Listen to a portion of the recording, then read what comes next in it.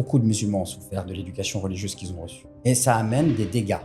Un jour, en discutant avec un athée, il m'a dit, vous dites, ces enfants sont musulmans ou ces enfants sont chrétiens. Et il dit, en fait, je trouve que c'est un abus de langage. Je sais que cette parole-là, elle va déranger certains musulmans, mais moi, à titre personnel, je la trouve vraiment sensée, cette parole. Il y a une grande différence entre l'éducation et le formatage. On ne peut pas rejeter sa culture. Par contre, on peut la filtrer. On peut être critique vis-à-vis de sa culture. D'accord ? Et quand les gens ont été traumatisés, on les met en conflit avec leur culture. On les met en conflit avec leur culture d'origine. Et donc, du coup, on les met en conflit avec une partie de leur identité. Tu veux avancer, mais à l'intérieur, quelque chose reste bloqué. Des blessures, des croyances limitantes. Une vision de la foi qui t'étouffe plus qu'elle ne t'élève. Avec Renaissance, en 3 mois, on libère ton histoire. On répare ta spiritualité et ta vie. On te réconcilie avec le divin et on installe une paix intérieure durable. Réserve ton entretien diagnostique avec moi et fais enfin de ta foi une force qui te porte.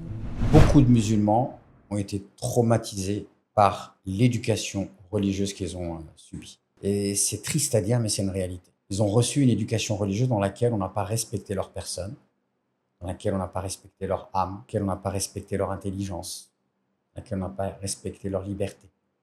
D'ailleurs, j'aime beaucoup cette réflexion. Un jour, en discutant avec un athée, il m'a dit, vous dites, ces enfants sont musulmans ou ces enfants sont chrétiens. Et il dit, en fait, je trouve que c'est un abus de langage. Il dit, mais quelqu'un qui a 4 ans, 5 ans, 6 ans, 7 ans, 8 ans, est-ce qu'il a la conscience d'adhérer à votre foi? Puisque vous m'avez dit que la foi, on y adhère en toute conscience.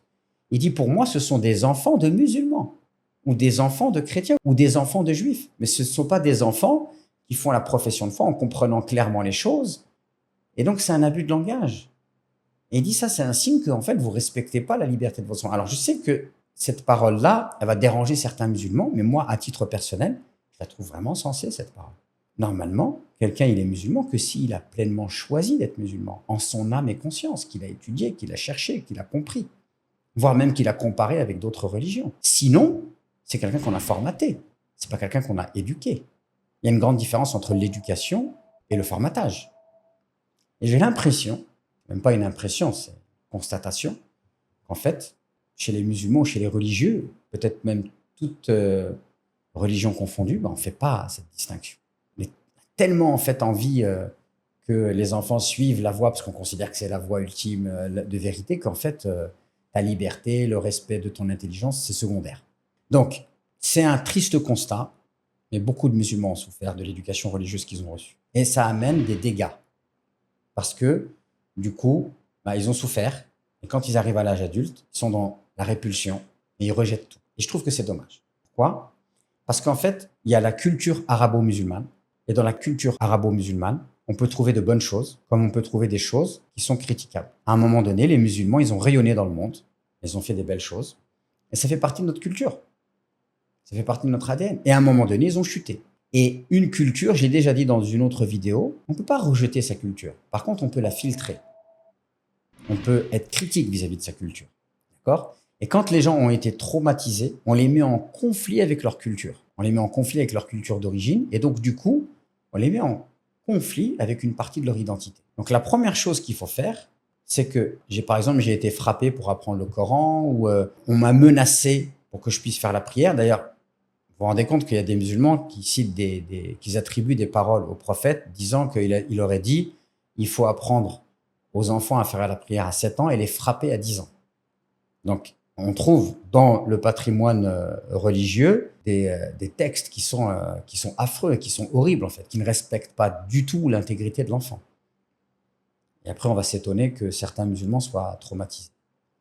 Donc, il faut absolument que ces gens qui ont été traumatisés par l'éducation religieuse, ils puissent s'exprimer, qu'on puisse les entendre, qu'on puisse reconnaître la légitimité de leur souffrance, des abus qu'ils ont subis. Et après, il faut leur expliquer que ça, c'est le fruit d'une lecture de l'islam. Ce n'est pas toute leur culture qui est comme ça. Et que maintenant, ils ont le droit de se réconcilier, de se reconstruire librement en respectant leur liberté de penser pour qu'ils puissent faire la part des choses. Et quand ils vont faire la part des choses, ils vont pouvoir se réconcilier avec leur culture. Moi, je reçois même tous les jours beaucoup de messages, ou même en thérapie, de gens qui me disent « Merci, tu me réconcilies avec la perception que j'avais des choses, parce que moi, je n'ai connu que la violence, le rabaissement, les menaces, et j'ai jamais entendu parler d'amour. Et pour moi, une religion, ça pouvait pas être autre chose que de l'amour. » D'accord? Et donc ça permet en fait de se réconcilier, et ça permet aux gens de reprendre le pouvoir. Et aussi, ben, ça leur permet de se sentir légitimes dans ce qu'ils ont subi. Parce que le drame, c'est qu'il y a énormément de gens qui ont subi des atrocités au nom de l'islam, mais rares sont les espaces où on peut parler de ça. Pourquoi?